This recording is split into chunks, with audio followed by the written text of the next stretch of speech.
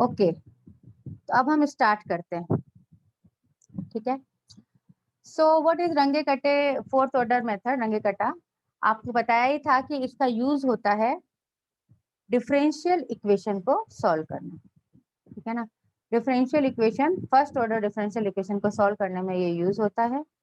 और इसे कैसे यूज करते हैं, फर्स्ट ऑर्डर के लिए हम लोग पढ़ने वाले हैं। और इसका जो फॉर्मूला है, ये फर्स्ट ऑर्डर डिफरेंशियल इक्वेशन है, यहाँ जीरो डिनोट कर रहा है इनिशियल वैल्यू को, एक्स की इनिशियल वैल्यू, ठीक है ना। जब भी y zero equal to y zero है तो x जीरो क्या हो गया आपका जीरो, एंड y जीरो जो है वो आपका x जीरो, यानी कि जीरो पर y की वैल्यू, ये वैल्यू आपको पता है। और इस मेथड के थ्रू हम किसी और पॉइंट पे, ठीक है ना, सक्सेसिव पॉइंट जीरो पे, जैसे आपको ये पता है कि t बराबर जीरो पे हमारा जो है वेलोसिटी आपको पता है, ठीक है ना। हम सिंपल एग्जांपल लेते हैं कि आपको वेलोसिटी पता है और आप निकालना चाहते हैं कि आफ्टर 10 सेकेंड, आफ्टर 10 सेकेंड या आफ्टर 20 सेकेंड्स वो कहाँ पे होगा, उसका जो डिस्प्लेसमेंट है, जो उसका डिस्प्लेसमेंट कितना होगा, उस पोजीशन को हम क्लियर करना चाहते हैं, ठीक है। x इक्वल्स टू जीरो पे सपोज ये आपका y जीरो पे है, ठीक है, इनिशियल पोजीशन ये है और फाइनल पोजीशन हम जानना चाह रहे हैं। और rate of change of displacement, मतलब जो वेलोसिटी है वो आपके पास में है, ठीक है ना। ये क्या बताता है, rate of change of displacement, y का रेट ऑफ चेंज है fxy। तो वेलोसिटी आपको गिवन है, वेलोसिटी सिंपल वेलोसिटी नहीं है, ये वेलोसिटी कांस्टेंट वेलोसिटी नहीं है, ये क्या है, एक्स और वाई का फंक्शन है, ठीक है, एक्स और वाई दोनों का फंक्शन है। उस केस में वाई मतलब वेलोसिटी, वेलोसिटी का फंक्शन है, मतलब वेलोसिटी जो है वो जो डिस्प्लेसमेंट है वो वेलोसिटी डिस्प्लेसमेंट का भी फंक्शन है, टाइम का भी फंक्शन है, मतलब वो जगह पे भी डिपेंड करता है। ऐसा कब होता है, कोई प्रैक्टिकल एग्जांपल सोच सकते हैं आप? जैसे कि आप ट्रैफिक में हैं, तो ट्रैफिक में ये डिपेंड करता है कि मतलब आप कौन सी सड़क से जा रहे हैं, ठीक है ना। केवल यही नहीं है कि कितने टाइम में आप पहुंचोगे, आप कौन सा रूट ले रहे हो उस पर भी डिपेंड करता है। तो उस केस में आपका जो वेलोसिटी है वो जो आपकी पोजीशन है उसका भी फंक्शन है, प्लस टाइम का भी फंक्शन है। इस तरह की डिफरेंशियल इक्वेशन डेली लाइफ में बहुत आती है, तब उनको सॉल्व करने के लिए हम जो है ये न्यूमेरिकल मेथड्स काम में लेते हैं। क्योंकि ऐसी सिचुएशन जब एक्स और वाई दोनों का फंक्शन हो जाता है, तब हमारे लिए इसको इंटीग्रेशन करना बहुत मुश्किल हो जाता है। ये क्या है, इम्प्लिसिट फंक्शन, एक्स और वाई का आपको एक इम्प्लिसिट फंक्शन मिल रहा है।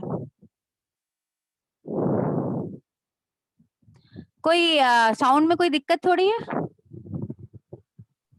No ma'am. Am I audible? Yes ma'am. हाँ ठीक है फिर। नहीं कोई फोन आ रहा था, आई डोंट नो।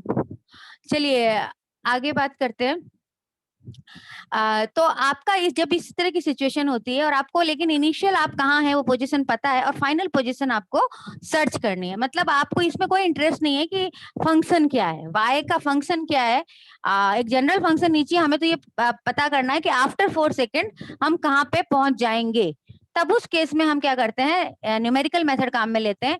यहाँ आपके हर मिनट, हर सेकेंड में आपका अलग अलग वैल्यू निकलती जाएगी। जैसे एक सेकंड में y की वैल्यू क्या हो गया आफ्टर 1 सेकंड, तो वो इससे निकलेगी। ये जो लिखा है मैंने y i plus 1 is equal to y i, मतलब y 1 is equal to y 0, ठीक है। आप इसमें क्या लेंगे, यहाँ पे i प्लस 1 की जगह आप 1 मान लीजिए, i की वैल्यू 0 पुट कर दीजिए, तो ये आपको क्या बता रहा है कि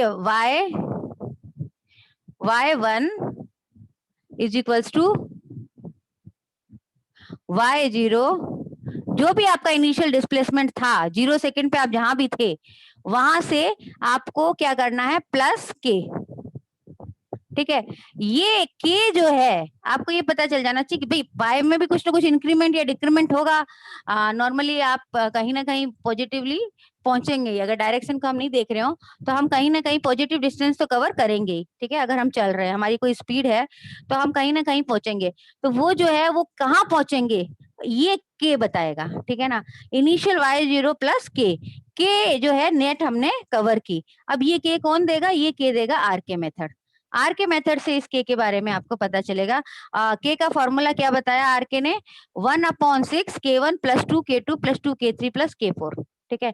और यहाँ पे h एक्सप्लिसिटली बाहर से मल्टीप्लाई किया है, आप चाहो तो h को यहाँ भी मल्टीप्लाई कर सकते हो, हर k1 k2 k3 k4 के साथ मल्टीप्लाई कर दो, तब उस केस में आपको यहाँ से अलग से मल्टीप्लाई नहीं करना पड़ेगा, ठीक है। तो के ओवरऑल अपना क्या निकला 1/6 K1 + 2K2 + 2K3 + K4। तो अच्छा रहता है कि आप आज बाद में मल्टीप्लाई कर दो, वो और भी आसान रहेगा आपकी कैलकुलेशन करने के लिए। तो दोनों तरह के फॉर्मूले अवेलेबल है। अभी एच क्या है? एच है स्टेप। जैसे कि स्टेप आपसे कहा गया कि 4 सेकंड पे पता करो, लेकिन एच आपको गिवन होगा क्वेश्चन में। जैसे सपोज एच आपको दे दिया 1 सेकंड, एच आपको क्या दे दिया 1 सेकंड, एच इक्वल्स टू 1, और आपको पूछा क्या गया है y 4, ठीक है। यहाँ पे 4 यूनिट मतलब 4 क्या बता रहा है 4 सेकंड। तो y4 निकालने के लिए अब आप मुझे बताइए कि हम आप कितनी स्टेप्स लगेंगी, हमारे को कितनी बार इस फॉर्मूले को रिपीट करना पड़ेगा। देखिए एट ए टाइम आपका y1 निकलेगा पहले, ठीक है ना। आप डायरेक्ट y4 पे नहीं पहुंचेंगे, पहला जो स्टेप करेंगे तो आपका क्या निकलेगा y1, और y1 क्या होगा, y1 होगा आपका जो भी आपका y0 था उसमें k ऐड कर देंगे, ठीक है ना। y0 तो आपको गिवन रहता है, और y0 में आप क्या ऐड कर देंगे y0 प्लस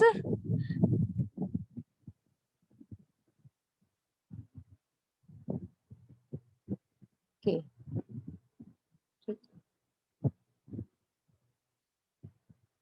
चलिए मैं इरेजर यूज कर लेती हूँ।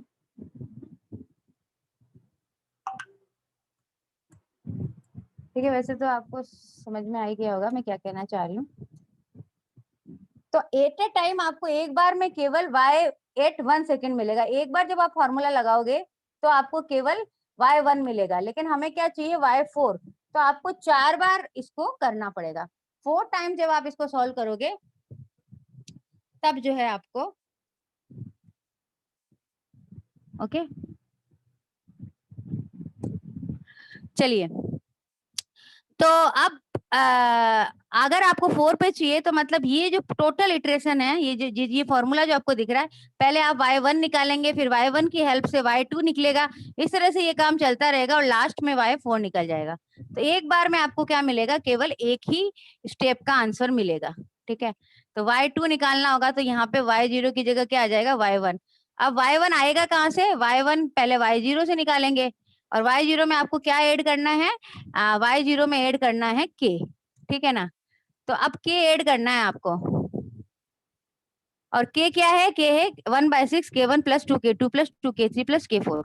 ये यहाँ से कैलकुलेट होंगे। K1 की वैल्यू fxi। अब f क्या है, f ये फंक्शन है जो क्वेश्चन में गिवन है।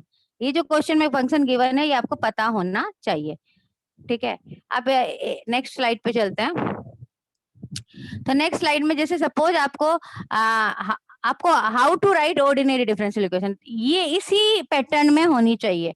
अगर इस पैटर्न में नहीं है तो इसमें कन्वर्ट कर लेंगे। जैसे आपको ये क्वेश्चन दे रखा है, ठीक है ना, ये वाला क्वेश्चन दे रखा है। अब यहाँ गलती क्या है, ये वाली, ये इधर कैसे है, ये लेफ्ट में नहीं होना चाहिए, इसको आपको कहाँ ले जाना पड़ेगा, राइट में, ठीक है। आप कहोगे ये तो ये क्वेश्चन सेम नहीं है, ये सेम ही क्वेश्चन है। अगर हम इसको राइट में ले जाएं, अब आप देखिए यहाँ पे हम राइट में ले गए, तो राइट में ले जाने से अब ये स्टैंडर्ड फॉर्म बन गई, और इस स्टैंडर्ड फॉर्म में आपका जो क्वेश्चन बन रहा है वो क्या बन गया, 1.3 e - x - 2y। ये आपका क्या बन गया, fxy, ठीक है। अब इस fxy पे आपको आगे काम करना है।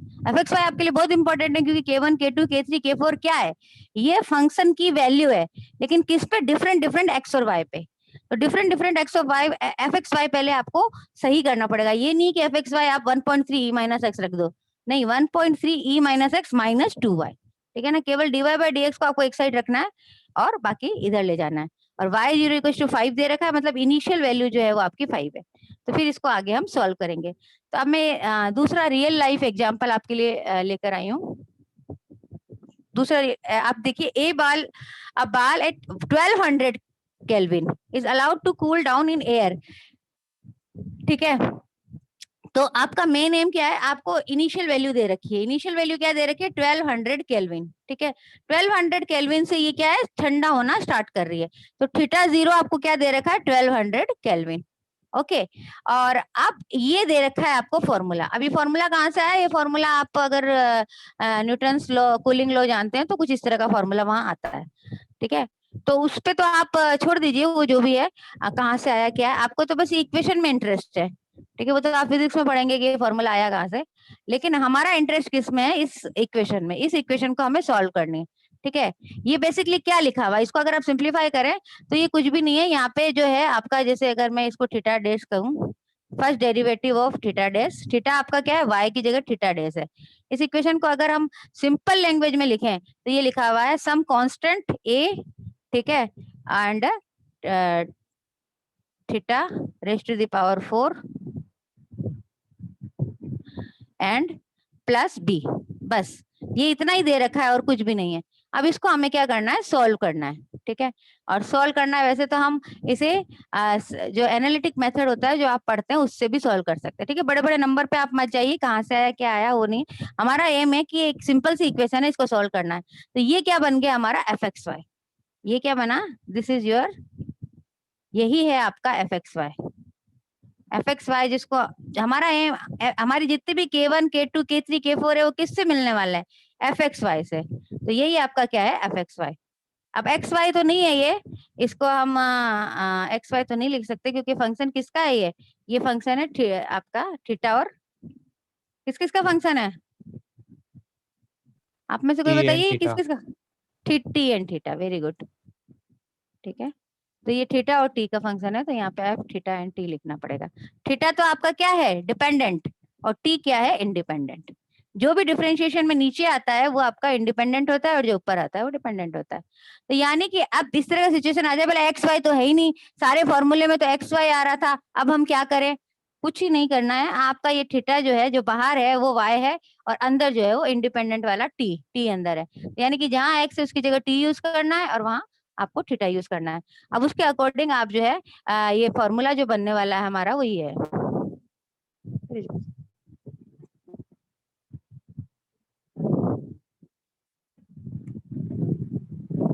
ठीक है।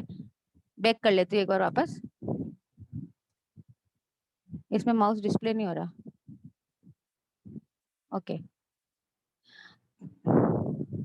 तो यहाँ पे आप देख सकते हैं कि D theta by D T is this one, तो एफ टी थीटा आपका क्या आ गया, ये वाला आ गया, ठीक है ना। ये जो मैंने लिखा है ए और बी कांस्टेंट, वो सेम चीज इन्होंने यहाँ पे लिख दी।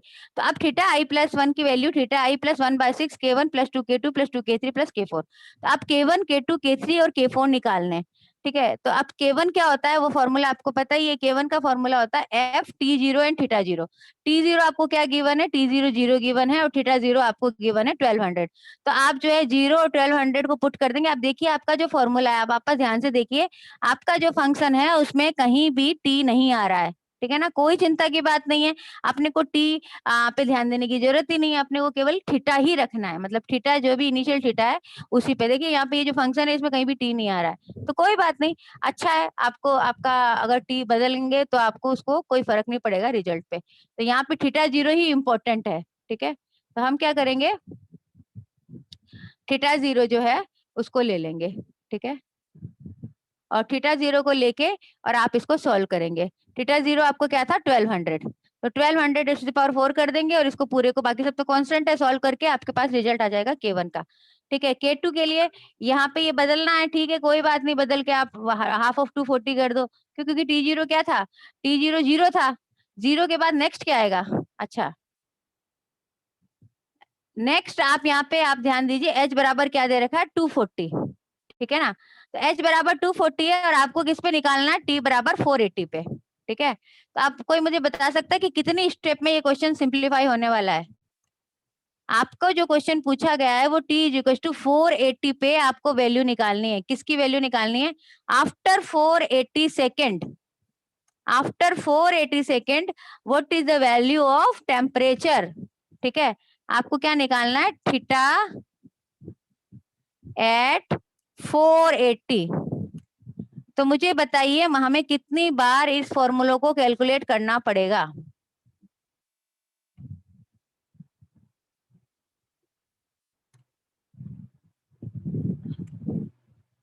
टू स्टेप, वेरी गुड, ठीक है ना, ओनली टू स्टेप। क्यों, क्योंकि 240 की स्टेप है, स्टेप साइज क्या है 240। अगर स्टेप साइज 240 है तो इसका मतलब ही यही है कि आपको केवल एक बार में पहले 240 निकल जाएगा, फिर नेक्स्ट टाइम में वापस 480 निकल जाएगा, ठीक है ना। तो यही काम हमने किया है, थीटा की वैल्यू जो है वो 240 यहाँ लिखी है, ठीक है, पर 240 का कोई यूज नहीं है, वो अलग बात है। ये हाफ ऑफ एच जब हमने किया तो 240 का हाफ किया, और फिर यहाँ पे इसको यूज कर लिया, लास्ट में आपका यहाँ क्या आता है, टी जीरो प्लस एच, तो टी जीरो प्लस एच मतलब 240, और इसकी जो वैल्यू है K3H से मल्टीप्लाई करने के बाद 265.10। तो ये जो है कैलकुलेट कर लिया। अब देखिए यहाँ पे मैंने केवल हाफ K1 लिखा था पहले फार्मूले में, जो आपको पहले अब समझाया था। यहाँ H एक्स्ट्रा में आ रहा है, क्यों? क्योंकि H शुरू से ही इंक्लूड नहीं किया है, तो यहाँ H मल्टीप्लाई करना पड़ेगा। तो दो ऑप्शन है, या तो आप H बाहर मल्टीप्लाई कर लो पहले से ही, या फिर आप जब ये कैलकुलेशन करोगे तब आपको मल्टीप्लाई करना पड़ेगा, क्योंकि जो न्यू Y होगा, ठीक है ना, न्यू Y जो आएगा उसमें H जरूरी है। तो इस वजह से ये जो है, आपको जो भी फॉर्मूला पसंद हो वो कोई इश्यू नहीं है। और आप इस तरह से K1 K2 K3 K4 सारा कैलकुलेट कर लेंगे और फिर इसको अपडेट कर देंगे। थीटा 1 जो है, न्यू थीटा 1 क्या हो गया? थीटा 0 प्लस ये जो भी K आया। तो इस तरह से ये आपको 675.65 क्या मिला? थीटा एट 240, ठीक है ना, टेम्परेचर एट 240 सेकेंड।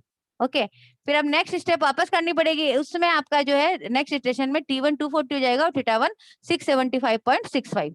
मतलब अब यहाँ से क्वेश्चन दोबारा से करना है। अब आपका इनिशियल वैल्यू क्या हो गई? 240 टाइम की, और उस पे फंक्शन की वैल्यू हो गई 675, और इसको वापस से हम पूरा कैलकुलेट करेंगे, K1 K2 K3 K4 सारा निकालेंगे, और फिर जो वैल्यू आती है उसको हम अपडेट कर देंगे। तो इस तरह से आपको क्या मिल गया?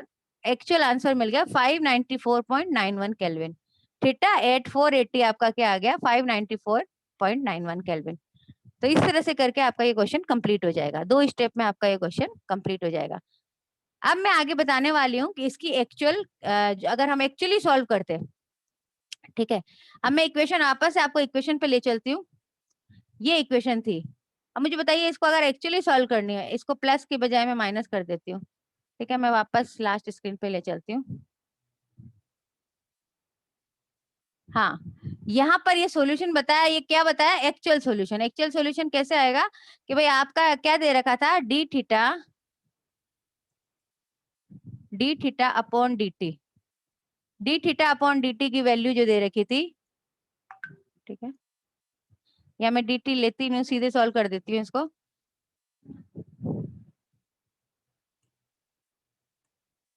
देखिए आप लोग जब भी करें न्यूमेरिकल, और अगर आपकी इक्वेशन सॉल्वेबल है, मतलब आप आराम से सॉल्व कर सकते हैं, तो सॉल्व करके आप एक्चुअल रिजल्ट भी निकाल सकते हैं।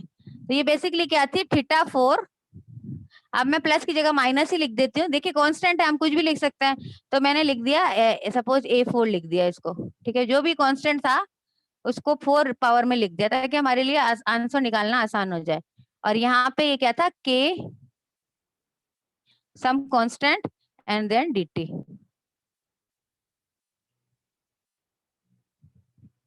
ठीक है, इस तरह की हम मान सकते हैं इसको। ओके, इस तरह का जो आपकी इक्वेशन थी उसको इस तरह का सॉल्यूशन मान सकते हैं उसका। ठीक है, अब इसको आप सॉल्व करोगे तो सीधी सी बात है, थीटा 4 माइनस A4 दो पार्ट्स में डिवाइड होगा, theta square minus A square and theta square plus A square.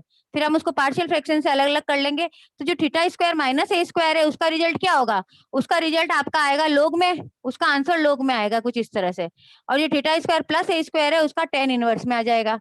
तो ये एक्चुअल सॉल्यूशन है, और इसको जब हमने वैल्यू रख के सॉल्व किया तो हमको क्या आंसर आ रहा है? Theta is equal to 647.57। तो ये थोड़ी सी एरर रहेगी, पहले क्या आ रही थी? 590। तो ये थोड़ी सी एरर जो है वो पॉसिबल है इसमें। बैक में आप देखिए आपका आ रहा था 594, मतलब नियरली 600 का आंसर आ रहा था, और अब जो एक्चुअल आंसर है वो 647। तो इतनी एरर पॉसिबल है। आपसे ये भी पूछा जा सकता है फाइंड द एरर। तो एरर निकालने के लिए आप क्या करेंगे? एक्चुअली सॉल्व करेंगे और फिर उसको उसमें से माइनस कर देंगे, ठीक है ना, जो भी आपका आया। तो ये काम भी आप कर सकते हैं, और ये मैंने ग्राफ के थ्रू समझाने की कोशिश की है कि कहाँ तक वो उसको कर पाता है। जैसे आपने जो फर्स्ट स्टेप निकाली वो ये थोड़ा सा यहाँ स्लाइड डिफरेंस था फर्स्ट स्टेप का, ठीक है। मैं ले लेती हूँ आपका लेजर पॉइंटर। अब आप देख सकते हैं यहाँ पे, ठीक है, ये जो आपको दिख रहा है ये दोनों पॉइंट्स दिख रहे हैं आपको,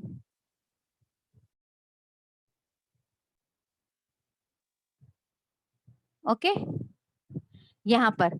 और यहाँ क्या दिख रहा है आपको कि ये सेकेंड स्टेप पे आप काफी नजदीक पहुंच गए, ठीक है। आपने किस तरह से अप्रोक्सीमेट किया? पहले ये एक स्ट्रेट लाइन और फिर ये दूसरी स्ट्रेट लाइन। तो ये जो ये बड़े बड़े स्क्वायर दिख रहे हैं वो क्या बता रहा है? अप्रोक्सीमेशन ऑफ आर के मेथड। और ये जो स्ट्रेट लाइन दिख रही है ये क्या है? ये आपका ओरिजिनल कर्व है। तो ओरिजिनल कर्व से आप इतना अप्रोक्सीमेट कर पाते हैं, ठीक है। और ये जो दिख रहा है ये आइलर मेथड या आर के ऑर्डर फर्स्ट का है, तो वो कहीं भी आपको अप्रोक्सीमेट नहीं कर पा रहा है, वो स्ट्रेट निकल गया। तो ये आपका ओवरऑल प्रोसीजर रहेगा। और मतलब ये तब भी मिल सकता है अगर आप स्टेप जो है वो 480 की ले लो। एच बराबर आप 480 ले लोगे ना, तो आपको कहाँ मिलेगा, यहाँ आंसर मिलेगा, और वो एकदम भी सही नहीं होगा। तो जैसे जैसे आप स्टेप बढ़ाएंगे, ठीक है ना, एच आपने ये के लिए 240, अगर एच 120 लेंगे तो एच 120 का ये बताया जो कर्व से काफी नजदीक पहुंच गया, ठीक है ना, लगभग कर्व पे पहुंच गया, एच बराबर 120। तो जैसे जैसे आप स्टेप्स की साइज कम करते जाओगे, वैसे मतलब नंबर ऑफ स्टेप्स बढ़ा दो या फिर एच को कम कर दो, एच को जैसे जैसे आप कम करेंगे आप मोर एग्जैक्ट पे पहुंच पाएंगे, ठीक है ना। आप देखिए ये एग्जैक्ट है और एग्जैक्ट पे ही आ रहा है, एच बराबर 120 पे आपको और अच्छा मिल जाएगा। तो ये आर के मेथड का रहता है। ये सब नॉलेज जो मैं आपको दे रही हूँ वो इसलिए कि आपको वाइवा में अगर पूछा जाए कि आप ये क्यों कर रहे हो और स्टेप बढ़ाने से क्या होता है, नंबर ऑफ स्टेप बढ़ाने से आप किस तरह से क्या आंसर अच्छा आएगा या खराब आएगा, क्या आएगा, तो अगर आप नंबर ऑफ स्टेप बढ़ाएंगे तो आप मोर इम्प्रूव करेंगे, एग्जैक्ट की तरफ पहुंच जाएंगे। और अगर एक स्टेप रखेंगे तो देखिए आंसर कहीं भी पहुंच रहा है। तो ये ओवरऑल आर के मेथड हो गया।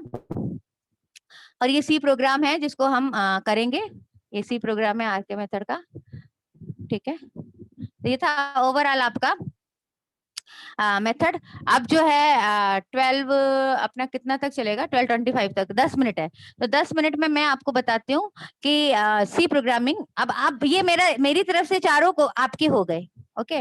अब हम सी प्रोग्रामिंग कैसे करेंगे, क्या है उसका प्रोसीजर, उसके बारे में बात करूंगी, ठीक है।